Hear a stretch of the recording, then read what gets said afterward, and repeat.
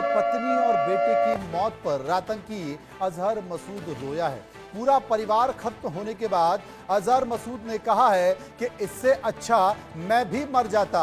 मसूद ने इस बात का जिक्र किया है, रहम की उम्मीद नहीं करनी चाहिए, इस बात का जिक्र भी मसूद ने किया है। मैं आपको बता दूं कि मसूद का भाई रऊफ अजहर जो कि घायल बताया जा रहा है, अब तक ये जिंदा है या मर गया पता नहीं है, इसकी पुष्टि होना बाकी है। लेकिन मसूद का बेटा मारा गया है, उसकी बहन मारी गई है, हुज़ैफा जो कि उसकी पत्नी है वो मारी गई है, उसका बेहद करीबी वकास मारा गया है, हसन मारा गया है। लेकिन सबसे बड़ी बात है कि जिसने कई लोगों को मारा, जिसने कई निहत्थे बेकसूर लोगों को मारा, आज अगर उसके परिवार के लोग मारे जा रहे हैं तो वो रो रहा है और वो कह रहा है कि इससे अच्छा मैं भी मर जाता।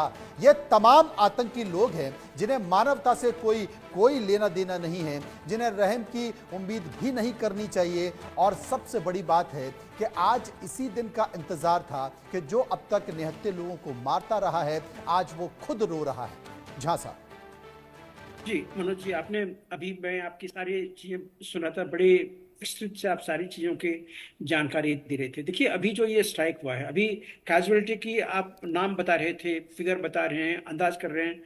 हमें या भारत को, भारतीय सेना को किसी को ये सिद्ध करने की जरूरत नहीं कि कौन मारे गए, कितने मारे गए हैं। हमने जिहादियों के कैंप पे, चाहे उनका हेडक्वार्टर था, चाहे उनका ट्रेनिंग कैंप था, उसके ऊपर में हमने हमला किया हुआ है और पिन पॉइंटेड अटैक हुआ है। तो ये हमने किया हुआ है और उसमें जो जिहादी मारे गए हैं, ठीक है, अच्छी बात है, आने वाले दिनों में नाम बताएगा। लेकिन हमारे यहाँ पे आप कोई पूछने वाला नहीं हुआ कि कितने मरे हैं या मरे हैं या नहीं मरे हैं, हमें उसका सबूत दो। ऐसे किसी भी ऑर्गेनाइजेशंस को हम अभी एंटरटेन नहीं करेंगे और कभी नहीं एंटरटेन करेंगे। बाकी जो उनके बैकर्स हैं, आप इनको ये जो पाकिस्तान में जो इनका नेटवर्क है, ये बहुत बड़ा नेटवर्क है मनोज जी। हमने अभी सिर्फ 4-5 टेररिस्ट कैंप के ऊपर में हमने हमला किया हुआ है।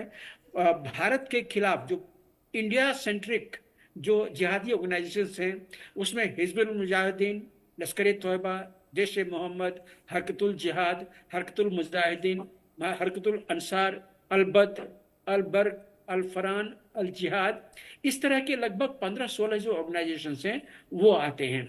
उसमें से कुछ लोग अभी भी हैं और आज के दिन में सिर्फ पाकिस्तान में आप मान लीजिए लगभग 60 के आसपास में टेररिस्ट ग्रुप्स हैं। तो इनको आगे क्या किया जाए, आगे ये क्या करेंगे हम नहीं जानते हैं, लेकिन इनका नेचर है कि ये आके आपको काटेंगे। जब तक वहां पे हैं, इनका जो धर्म ग्रंथ है वो इनको बताता है कि आप काफिरों को मारा, वो हमें वो काफिर मानते हैं, वो फिर से वो अपना ये काम करेंगे। लेकिन भारत ने आज ये चीज बिल्कुल सीधा सीधा उनको बता दिया हुआ है कि अगर हमारे ऊपर में अटैक हुआ आगे से, हम तुम्हें नहीं छोड़ेंगे। और हमेशा इसी से हम बात लोग का एक चीज जिक्र झा साहब मैं कर रहा था। मैं अमेरिका की बात और लादेन की बात इसलिए भी कर रहा था कि 9/11 हुआ तो अमेरिका ने लादेन को पकड़ने के लिए पाकिस्तान के अंदर आया, उसे उठा लिया। भारत ने एयर स्ट्राइक की और ये एयर स्ट्राइक पीओके में नहीं बल्कि पाकिस्तान के अंदर घुस के की।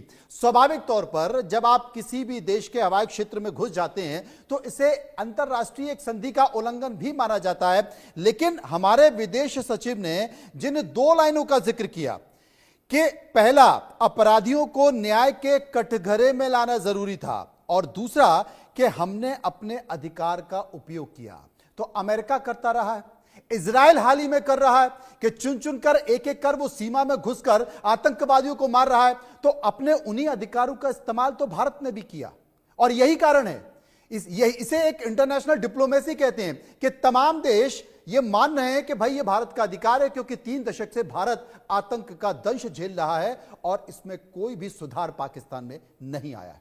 झां साहब जी हाँ, देखिए, आप एक तरह से कह सकते हैं कि हमने इंटरनेशनल बॉर्डर को हमने लांघा है, लेकिन ये टेक्निकल टर्म में ये इंटरनेशनल बॉर्डर का लांघना नहीं हुआ। अगर हमारी सेना, हमारे एयरक्राफ्ट, हमारे अगर शिप्स हैं, वो अगर पाकिस्तान के टेरिटरी में अगर इंटर होता तो कह सकते थे कि हमने इंटरनेशनल बॉर्डर को हमने क्रॉस किया हुआ। लेकिन अभी जो ये चीजें हैं, हमारे हवाई जहाज, हमारे मिसाइल, ये हमारी धरती से छोड़े गए हैं।